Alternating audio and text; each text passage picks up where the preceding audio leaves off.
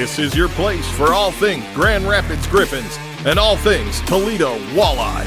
This is the Hockeytown West Podcast with your host, Brandon Cook and Nick Harrington. Welcome back to the Hockeytown West Podcast, your source for everything Grand Rapids Griffins and Toledo Walleye hockey. I am one of your hosts, Brandon, and you're not Nick. Travis, what are you doing here, man? What's going on? I don't know. Wrong studio. Yeah, get out of here. Get out of here. Good Lord. Who are you? Are you Nick? Have I got the right person now? Yeah, let's do this. Oh, perfect. It has been a while.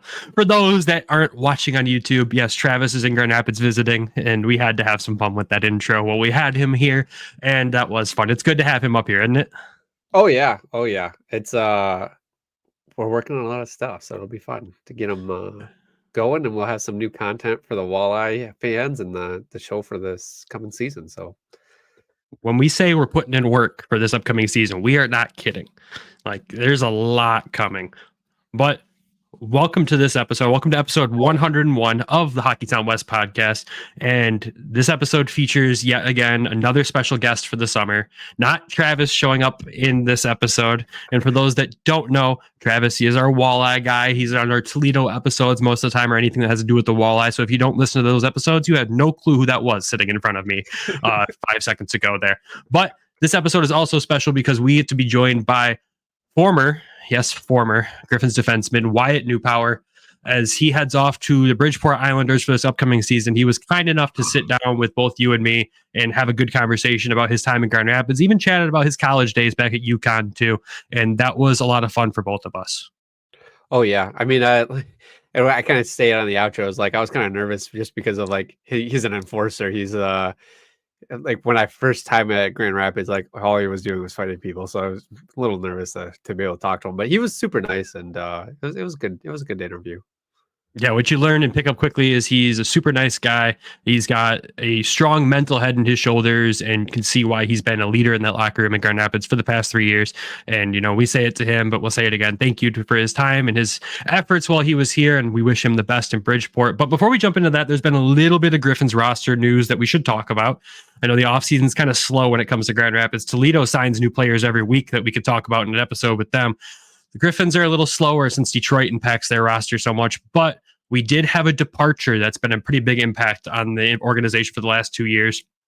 That was Austin Czarnik, and he's heading overseas to play. He's going to chase that cash, and I don't blame him at the skill level he's at right now. And, you know, he's in his prime. Go chase the money. And it sucks to lose a guy like that that's been, like we said, really the lowest, like not the lowest, but the most unappreciated part of the organization over the past couple of years with how much he's been able to plug and play in Detroit.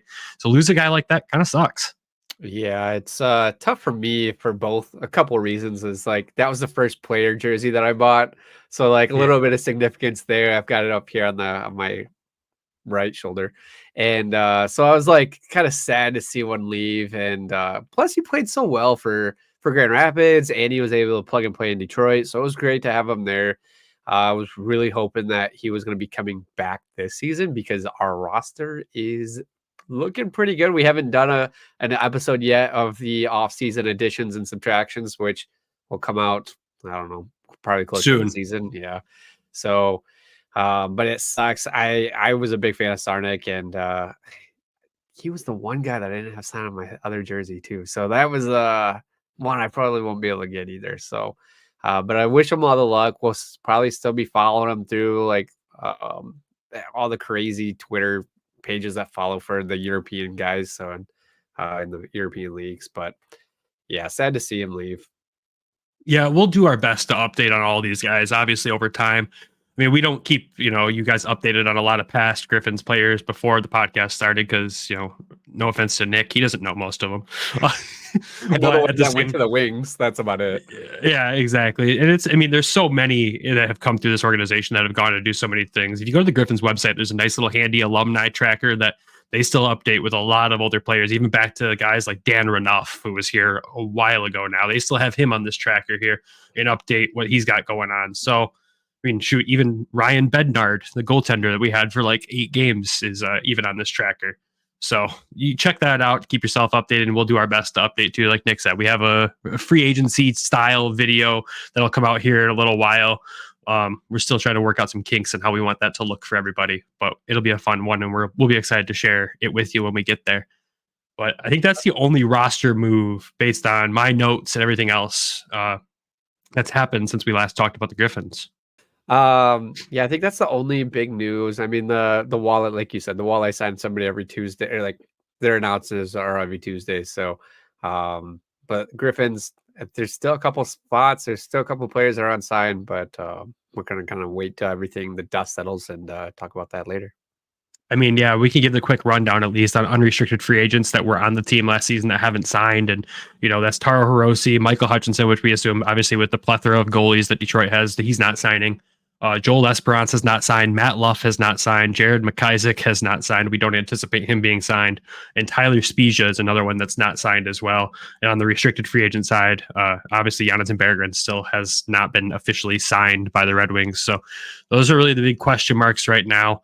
I could see a couple of those guys still signing. I could still see like Lesby signing. I don't think Hirose will re-sign. If he does, it'll be a pretty minimal deal, I think. And Spezia, I'm still up in the air on where he could end up. I have my thoughts and opinions, and I think we've shared them before, but we'll see what happens. But that's the only guys I really think we're waiting for. Maybe Luff might sign too. It just depends on playing time for him. If you lose Zarnik, though, you think you got to retain Luff. So who knows? Yeah. We'll see what happens here. And yes, there was some big Toledo signings, but we will save those for the next episode as well, because the next episode is a walleye special one that I think people will want to tune into. So we will have that before that episode, but I think it's time we send this over to Wyatt Newpower. What do you say? Let's go. Well, before that, though, you got to read some ads. So we'll send it over to our sponsors, and then when we come back, our sit-down chat with Wyatt Newpower. Bet the action on the ice with DraftKings Sportsbook. Right now, we're in the offseason for hockey, and Brandon and I are tuning in for the Euro Cup, where we have England versus Spain for the championship. England's got a plus 235. Download the app now and use code THPN. New customers can get $150 instantly in bonus bets for betting just $5 on hockey. That's code THPN only on DraftKings Sportsbook, an official sports betting partner of the NHL. The crown is yours. Call 1-800-GAMBLER or visit www.1800gambler.net. In New York, call 877-8-HOPE-NY or text HOPE-NY 467369. In Connecticut, help it for problem gambling, call 888-789-7777 or visit ccpg.org. Please play responsibly. On behalf of Will Casino and Resort in Kansas, 21 plus, age varies by jurisdiction, void in Ontario. Bonus bets expire 168 hours after issuance. cdkng.com/football for eligibility and deposit restrictions, terms, and responsible gaming resources. This show is sponsored by BetterHelp. This topic hits close to me. Life can throw some pretty heavy stuff our way, whether it's a tough situation at work or challenges in our relationships. We all have moments where we feel overwhelmed. Many people are dealing with their own struggles, just like us. When the going gets tough, therapy can be a powerful tool to help navigate these challenges and focus on what truly matters, our own well-being and happiness. I found therapy to be incredibly beneficial in my life, especially during tough times. It's a space where I've learned how to manage stress, set healthy boundaries, and develop positive coping skills. Whether or not you've experienced major trauma, anxiety, or depression, therapy can empower you to be the best version of yourself and help you tackle whatever life throws your way. If you're thinking about starting therapy, BetterHelp is a fantastic option to consider. It's completely online, making it super convenient and flexible to fit into your schedule. You just fill out a brief questionnaire and they'll match you with a licensed therapist who can help you with your specific needs. If you ever need to switch therapists, you can do so at any time at no additional cost. Stop struggling alone and start focusing on healing with BetterHelp. Visit BetterHelp.com/THPN today to get 10% off your first month. That's BetterHelp, HELP.com/THPN. And welcome back. We are now joined by UConn Husky alum who spent the last 3 seasons playing the blue line for the Grand Rapids Griffins. In 151 games with the Griffins, he had 24 points and 180 penalty minutes and 8 pucks like they were his favorite snack. He became a Griffins fan favorite for his rough and tough game, but even more for the way he always stuck up for his teammates. Sadly, he's heading back to Connecticut to play for the Bridgeport Islanders this coming season, but was kind enough to sit down with us before he heads there. Please welcome to the show, Wyatt Newpower. Sir, how are you doing today? I'm doing well. Thanks for having me, guys. How's the offseason been for you so far? It's been good. As I was just telling you guys, I'm in northern Minnesota at my parents' cabin, and so getting to spend time on the lake, and there's plenty of golf up here to stay busy and mixing in some workouts and some hockey as well. So the weather's been beautiful, and I can't complain. Good stuff. Big golf guy? Yeah, I love to golf. Try to get out as many times as possible, especially with the hockey season. You don't get to do it too much in the fall and early spring, so try to take advantage of it during the summer. Very nice, very nice. Like decent golfer, or like a scratch golfer, or what do we got here? I like to say not good enough for the amount I play. That's for sure. Same, buddy. Same. You got any fun trips coming up, or do you guys have any fun trips you've already done, or anything like that? Let's see. We were down in Savannah, Georgia, for a former teammate's wedding. That was my first time. My wife and I, our first time down there, so that was a lot of fun. Beautiful part of the country. Let's see. I got a college teammate that's getting married in Chicago in a couple weeks. And then another wedding out in Newport, Rhode Island. So it's really just going to weddings and seeing a lot of former teammates and college friends, and just kind of like a reunion for us. So that's kind of our trips for this summer so far. Very nice. A lot of golf and wedding season has been the summer. Were you able to catch like a Savannah banana game while you're down there? Or? Unfortunately, no. I would have loved to. It was pretty packed. I was in the wedding, so I had a lot of requirements to be around. So no, I didn't get to see much, but we did get to see the town and get to see the Forsyth Park, which I believe is where the Forrest Gump bench scene was filmed from the movie. So we got to walk through there, and it's a beautiful little town for sure. Nice. Did you end up watching the Stanley Cup? Yeah, I watched most of it. Watched most of the early playoffs, and then kind of tuned back in for the finals. I got to see for sure the last three or four games, because it was pretty crazy what happened. So it was fun to watch. Yeah. Were you happy with the result, or? I was cheering for Calvin Pickard, former Griffin, my teammate my first year. So I wanted to see him win. But I was also just cheering for a good series, which I don't know that it could have been any better. I think we were hoping for overtime in that last game. Yeah, I would agree. I think that could have made it better. For sure. Yeah, we had to talk with Lombardi on Monday. We were asking him the same thing, and he was pulling for Edmonton as well, for McDavid and all that. And seeing Pickard get to play, that was fun. Like, I enjoyed watching that. Yeah, it was. I got to watch him, and I got to see those games. It was a lot of fun. Cool to see him, and super happy for him to get his first ever playoff start and a win. So it was cool. Yeah. Well, you guys just wrapped up an exciting season that included a nice playoff run. Even though the goal wasn't fully achieved from a fan perspective, I thought it was a massive success this year. I think everything you guys did was great. How are you feeling after the season? What was it looking like from your perspective? It was good. It was a lot of fun. It was a very successful season. At the beginning of the year, we talked about we wanted to make Grand Rapids a playoff team again. Obviously, they had a great stretch of playoff runs there. So that was our goal, and we certainly did that. And I think we probably did some things that people didn't expect. So it was a lot of fun. It was a heck of a run. One or two bounces, and things could have been totally different. It was that tight of a series. So it was a lot of fun. I really enjoyed it. You played the last two seasons with Brian Lashoff, and then this year, his first year as assistant coach. What was that like for him, for you on that dynamic?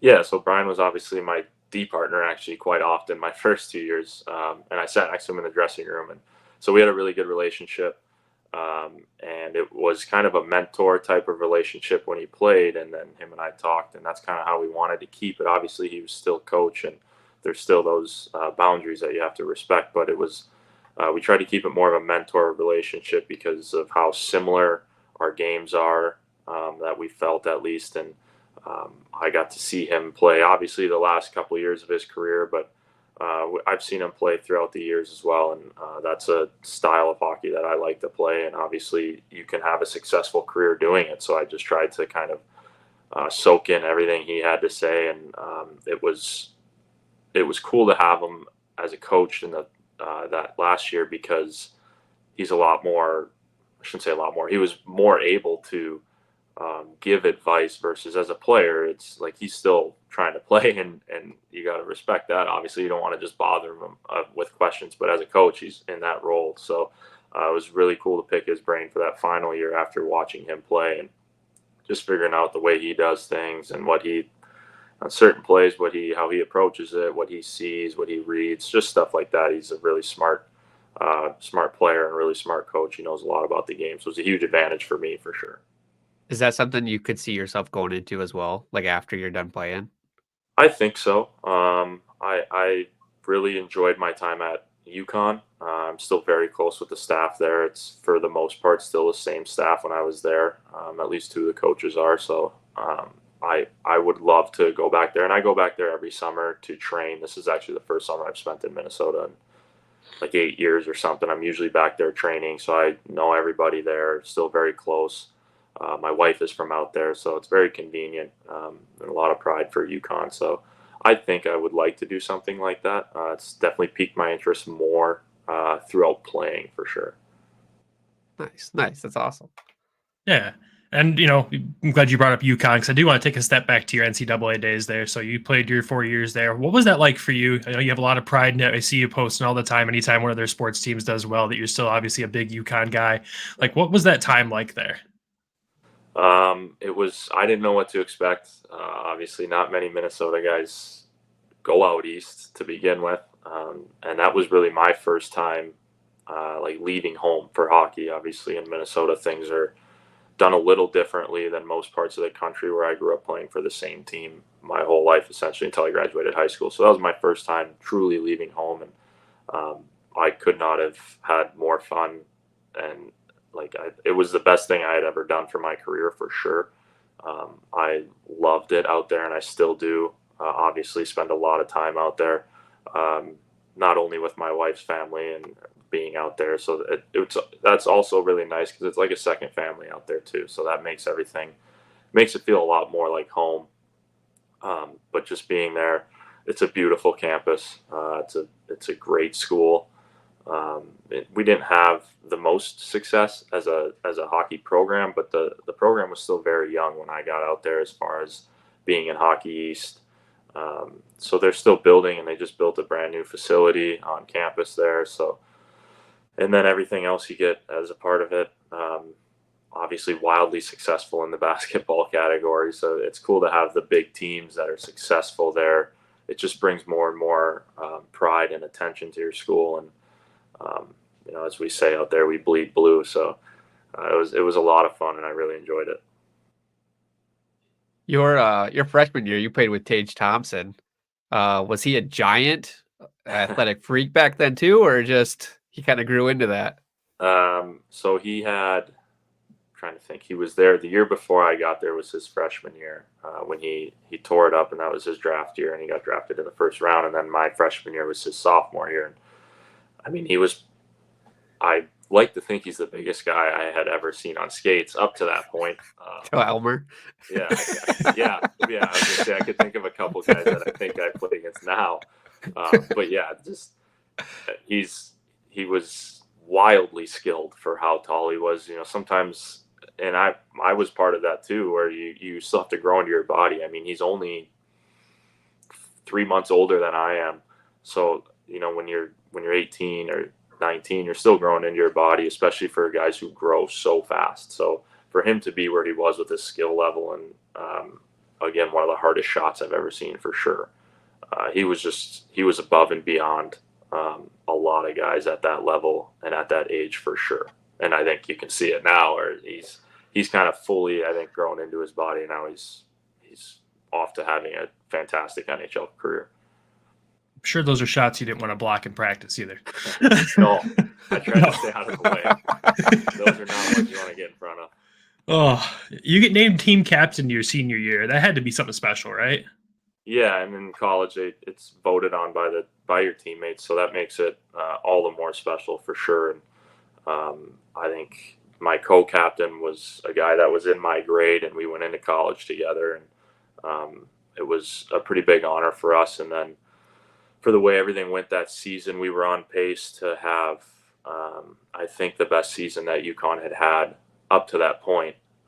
And obviously it got shut down with the COVID stuff right before we were about to head off for playoffs. But yeah, it was a tremendous honor. And I took a lot of pride in it. And I know my co-captain did too. And we cared a lot about that program. And we're both still going back there. And it's just kind of the way that our coaching staff ran things is he builds you up to care a lot about what you're doing there.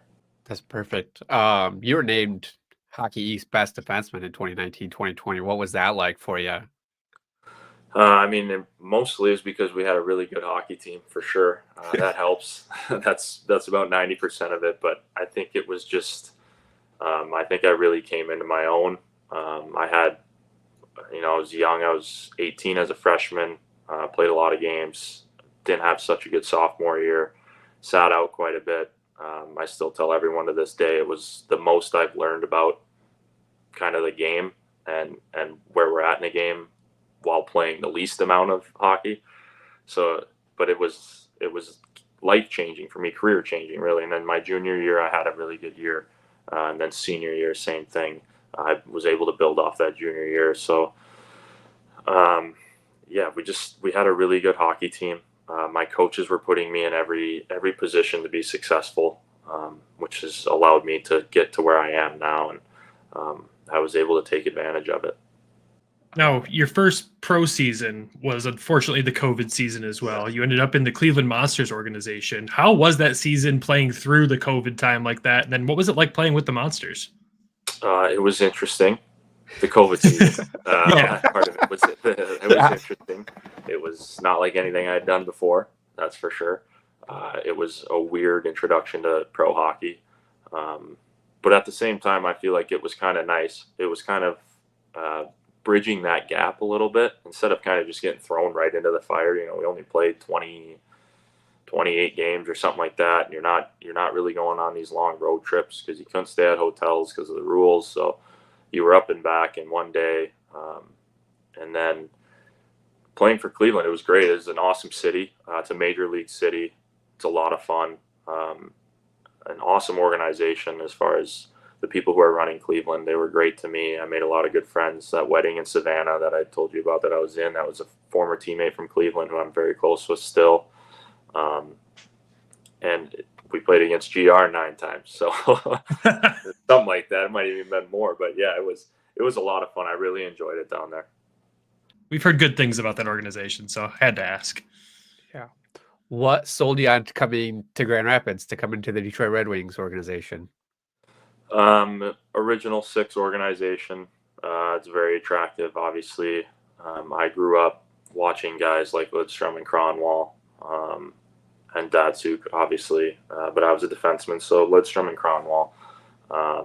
And then just kind of slowly working my way closer to Minnesota, honestly, so my parents could get to see me play more. But it just felt like a really good fit, and I think it was for the 3 years. It worked out really well. They wanted what I could bring to the game, and it was just the best fit for me, and I was really excited to go to Michigan. Was there anybody from the Wings that you modeled your game after? Not too specifically. I mean, I think if you were to watch me play, you might think Cronwall, because I do like to hit, but not specifically. I just kind of, when I became probably my senior year into my first year pro, I kind of figured out pretty quick what kind of player I was going to be as a pro. And growing up, through college, even through college, I was still running the power play and stuff like that. But getting the pro, I think, is kind of what turned me into who I am now. You figure out quick how you're going to be successful in the league. So there wasn't anybody that I specifically modeled my game after. I just, they were just some of the best players and the most fun players to watch. And obviously that was when in the early 2000s and mid 2000s there, that was kind of Detroit's prime. So they were a good team to watch. So it was just fun to watch those guys. Your time in Cleveland, like you said, you played 28 games. You only had 14 penalty minutes. You come to Grand Rapids and you lead the team your first season. What changed right there for you? How did you what happened there? Why were you so angry? Yeah, well, I think it was mostly because that first year pro was actually the first season I had ever even worn a half shield. Up until then, I played high school hockey. You have to wear a cage. Then I went straight to college. You wear a cage. You're not exposed to any of those extracurriculars of the game, I would say. And I knew it was going to be a part of my game. But the staff in Cleveland was like, hey, it's your first year. We're not playing for any championships. Just kind of get your feet wet. We're not asking you to do that. We also had a guy by the name of Brett Gallant. He pretty much took care of it. I didn't have to. So Yeah. but yeah, they didn't stress it, and they just kind of said, you make your own decisions. We don't need, or we're not pushing you to do that. And then going into GR, that first season, it was, I don't even really know. Like I said, I knew it was going to be a part of my game, and I wanted it to be because I knew I could do it and was willing. And it just kind of, sometimes you just do things to, you're doing what you can to stay in the lineup every night, obviously, and then you're doing a little bit extra every night. And I felt confident in being able to do that. And then I also want my teammates to feel confident that if it needs to happen, that I have their back. So it was just kind of a personal decision. I expected it. I knew it was coming. I wanted it. So, you just kind of embrace it. And I'd rather embrace it than it just comes out of nowhere. And that's when it gets ugly. So, So you enjoy playing that role, though? Yeah. I like the big hits, the agitator, the physical, the fighting. I enjoy doing it. I want my teammates to know that I have their back. And so that's something I take a lot of pride in, for sure. And you've had some memorable fights in GR. Who's the toughest customer you've squared up with in your pro career so far? I think it was, I don't even remember if it was last year or the year before, but they had Adams Moyson on Rockford. He was I was taller than him, but he was a big guy. That was his job. He was no stranger to doing that. He was a tough one. This past year in Cleveland, Stefan Mateau, I believe it was. He was a tough customer as well. There's a couple that, and you know what you're getting into. You know who they are, so you expect it. But yeah, there's been some guys that are very experienced. Do you ever go like, oh, I shouldn't have done that? Yeah, for sure. Yeah, absolutely. Yeah. No, another one was Jeff Malott in Manitoba. That might have even been my first year or second year. I didn't find out until after the game that his brother was a professional UFC fighter. So that was after he punched me in the mouth and knocked my tooth out. But you learn your lesson. Sometimes you learn it the hard way. So at least you went in with a plan, it sounded like. Yeah. Yeah. What was your reaction when Simon Edvinsson finally had enough and dropped the gloves against Belleville this season? Like, I think that's a fan favorite memory from the entire season by far. Yeah, I got very close with Simon his first year in GR. Him and I played together for a good majority of the season, so I got very close with him. And he was always, he likes to mix it up. He does. And I don't think he's scared to fight. We just always tell him, it's like, dude, don't do it. It's not worth it for you. Like, you don't need to. There's other guys that will. But when he gets angry, he gets angry, I guess. So it was funny. It was funny to watch. We certainly gave him a hard time after, because I think he picked the smallest guy on their team, potentially the smallest guy in the league. But so we gave him a hard time. Oh, I love it. I think he's been practicing MMA too, right? In the off season. Simon, I don't know if he has or not. I thought that was him. I'll have to double check. But first year captain, Josiah Didier, he's back on the blue line with you guys. We've heard a lot of positive things about his leadership even before the season kind of got rolling. What was it like for you guys in the D-Corps playing with him this year? He brings the most experience for sure. He's got enough of that to go around tenfold. So just being able to learn off of him, he's won it all before. He knows what that takes. And then he's just a super personable guy. It's really, really easy to get along with, really easy to talk to. Same thing where he's willing to do what it takes for any teammates, which is what you want in a leader. He's a super genuine guy. And then he plays the game like I like to play the game. So, I have the utmost respect for that. So I think he did a fantastic job, and not overstepping any boundaries or anything like that, especially being a first-year guy on the team. Sometimes you come in and, you never know what can happen. I think he came in and he was perfect for the job, and he did a great job. Anything you're taking away from him from last season? Yeah, I mean, it's just like, I think the biggest thing was you never saw him get down on himself. And that's, everybody's their own biggest critic. And I think as for the young guys, especially rookies and second-year guys, and even myself, now being 4 years in, you're still learning, and you're trying to learn something from somebody every day, really, every year. And I think you never saw him get down on himself, whatever it was, bad play, bad goal, whatever it was. It didn't matter. He was right back out there. And he was always doing the same for a teammate. If you made a bad play or if you made a mistake, whatever it was, he's always there to let you know it's over. There's nothing you can do. Bounce back. That's all you can do. So he was very, very good at that.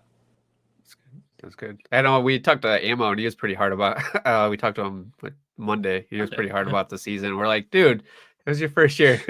Yeah, you're all right. Hey, he's one of those guys. You can't change anything, man. He's a heck of a kid. He's a heck of a player. He's gonna be a heck of a player. He's young still, which I mean, he has that in his favor for sure. Now, you did have a brief call up to Detroit this past season, giving, I think, Brogan Rafferty's car a break during that weird stretch there. What was that experience like for you? I know you didn't get into a game, which sucks, but at the same time, it had to be a pretty cool experience to get up there, skate with some of those guys. And what was that like? Yeah, it was really cool. You meet some of them through training camp and through the years. You get to know some of them, but they were all really good guys.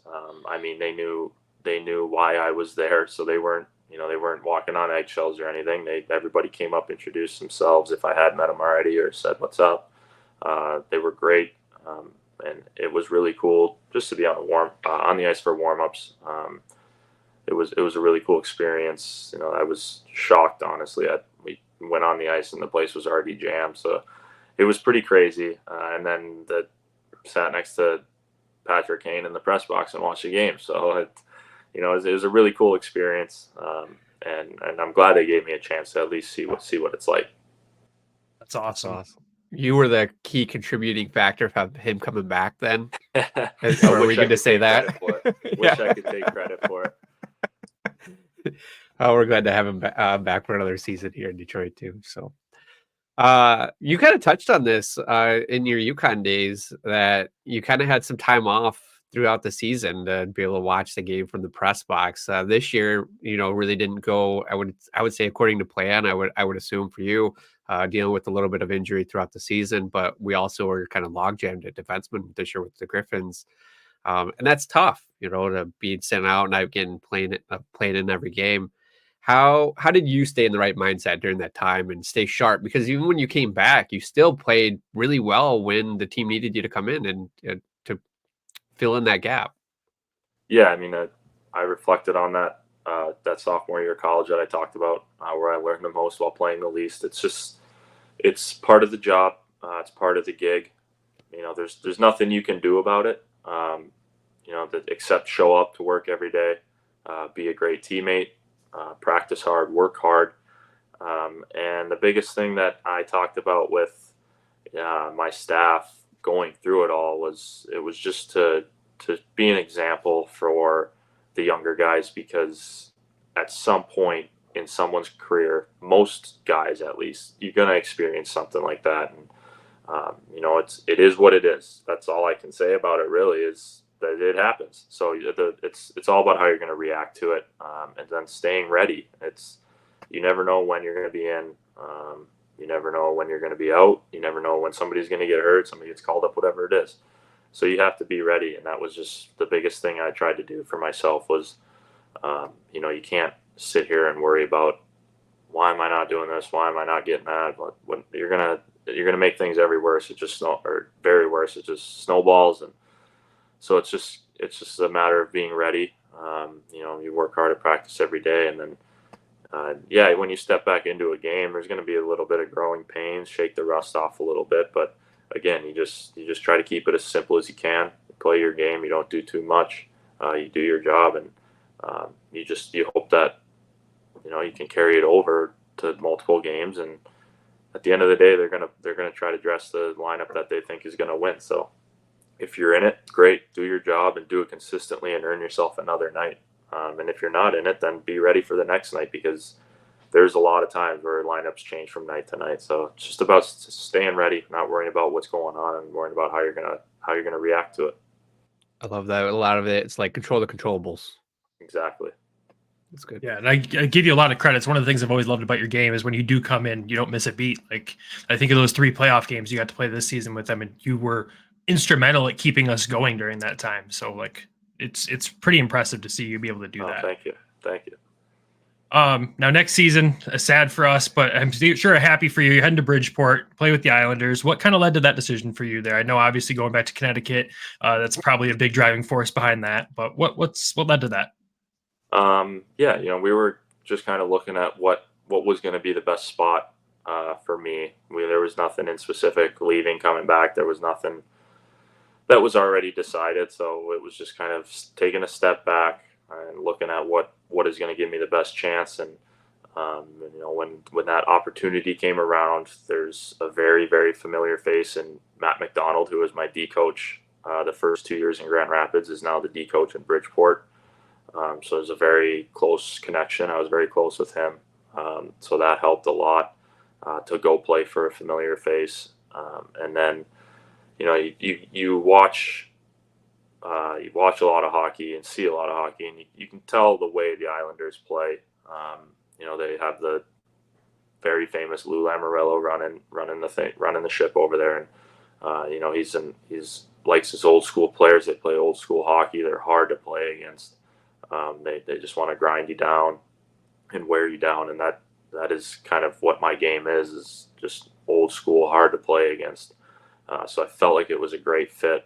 And then it's just a very, very big bonus that it's back in Connecticut, where I have my wife's family and where she's from. And we're very familiar with the area and a lot of personal relationships outside of hockey. And it'll be nice to get back to see a lot of the people up at UConn, and I'll be able to see some games. I haven't been to a UConn hockey game since I graduated, so it'll be cool to be able to get back and see them play and see them play live. So, there's a handful of things, but the biggest part was a close relationship with the D coach, and the style of hockey that the Islanders play is very fitting for my game. That makes a lot of sense based off. Yes, of it does. We've already, Yeah. I would take the last question here. Favorite memory as a Grand Rapids Griffin? Oh man, there's a lot of years. I would like to say the first one that comes to mind is the playoff run this year. Even though I only played 3 of the games, but still, it was those 3 games were a lot of fun to play in and be a part of. It was my first playoff hockey since I was a senior in high school. When I was 18 years old. I didn't play any playoffs in college due to injuries or scratches or COVID. So, and then 1 year we didn't make playoffs. So it was a long time coming for me, for sure, especially because I felt my game fit playoffs very well, or playoff style. So that was a lot of fun. And then, you could go with first fight. That was in Grand Rapids. It very well could have been a guy who we were wearing specialty jerseys, and they were huge, and I believe he pulled it right over my head. I think that was my first fight. That one didn't last very long, but there's a lot of great memories. I really loved it there. It's an awesome city, and it's an awesome place to play. I added one more question there. I just thought of it when you said that. Favorite specialty jersey we had as a Griffin? Ooh.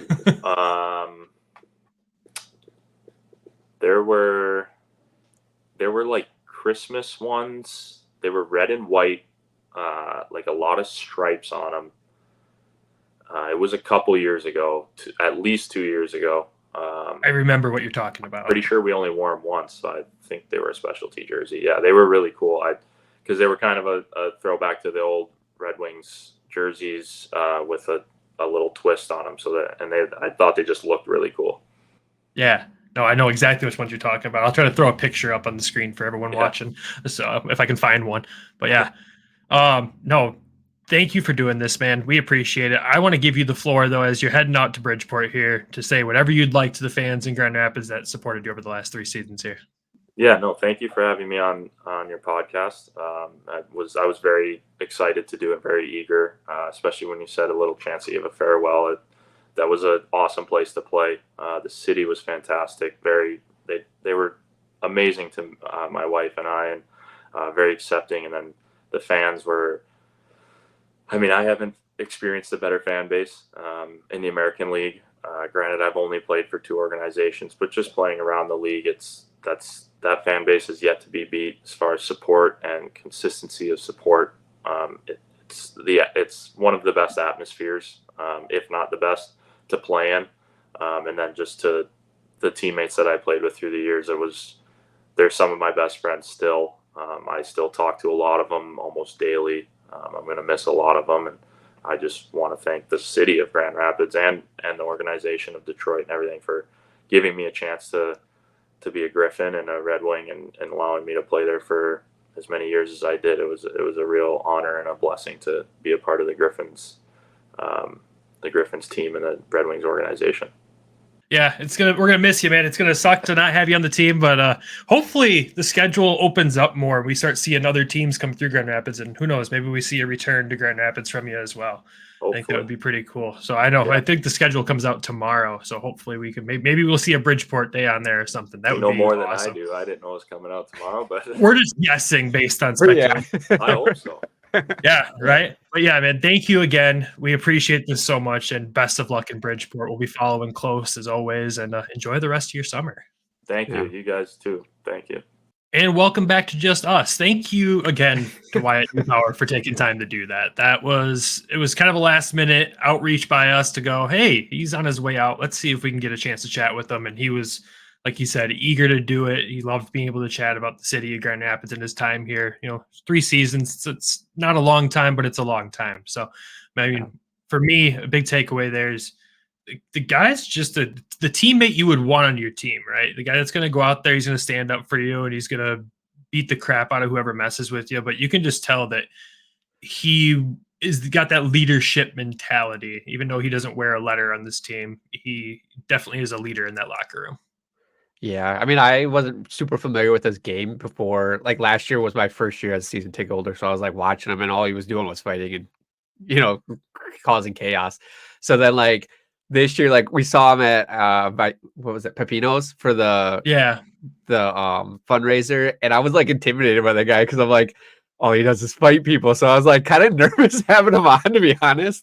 But he was a super nice guy. He was very like his mental is on par for the things that he'd gone through in college through UConn, and then this year obviously wasn't the greatest year that for game time for him. So but yeah, it sounded like he was able, he had a good head on his shoulders to be able to go through all of that. So, but yeah, that teaches a lot to the young guys, like he said too. Set that example for them. So it's good to see. We wish him the best of luck in Bridgeport, but like Nick said, hopefully we don't have to play him again here in Grand Rapids because I don't want him to fight our guys.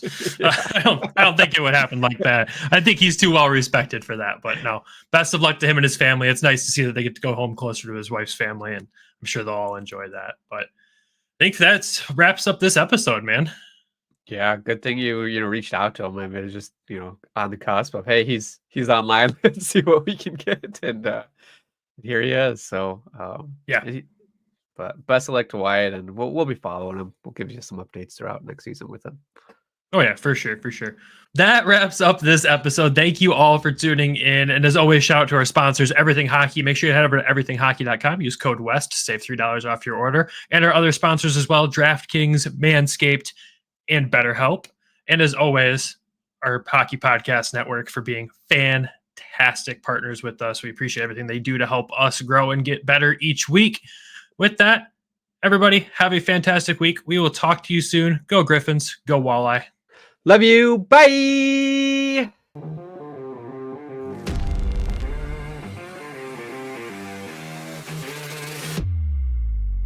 Thank you for tuning in to the Hockeytown West Podcast.